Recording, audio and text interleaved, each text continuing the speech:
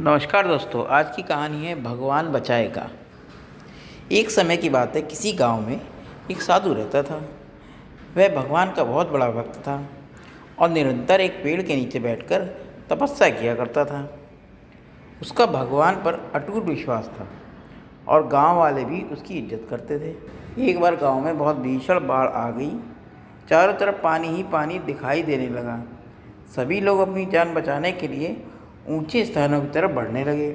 जब लोगों ने देखा कि साधु महाराज अभी भी पेड़ के नीचे बैठे भगवान का जाप कर रहे हैं, तो उन्हें यह जगह छोड़ने की सलाह दी।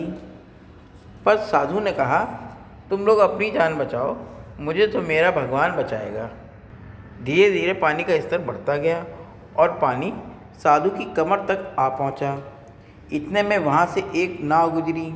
मल्लाह ने कहा, हे साधु महाराज, आप इस नाव में सवार हो जाइए, मैं आपको सुरक्षित स्थान तक पहुंचा दूंगा। नहीं, मुझे तुम्हारी मदद की आवश्यकता नहीं है, मुझे तो मेरा भगवान बचाएगा, साधु ने उत्तर दिया। नाव वाला चुपचाप वहां से चला गया। कुछ देर बाद बाढ़ और प्रचंड हो गई। साधु ने पेड़ पर चढ़ना उचित समझा और वहां बैठकर ईश्वर को याद करने लगा।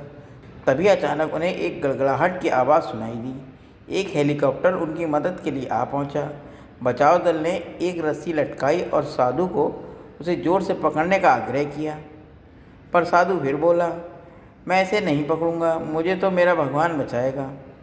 उनकी हट के आगे बचाव दल भी उन्हें लिए बगैर वहां से चला गया। कुछ ही देर में पेड़ बाढ़ की धारा से बह गया और साधु की मृत्यु हो गई।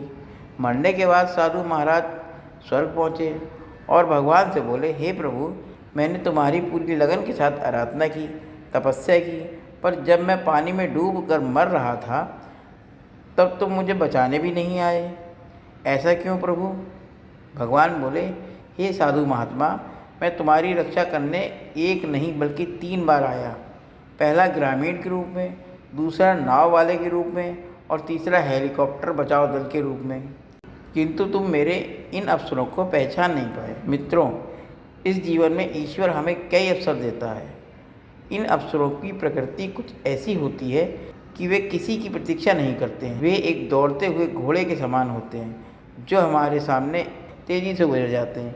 यदि हम उन्हें पहचान कर उनका लाभ उठा लेते हैं तो वे हमें हमारी मंजिल तक पहुंचा देते हैं, अन्यथा हमें बाद में पछताना ही पड़ता है। दोस्तों, ये कहानी कैसी लगी कमेंट करिएगा।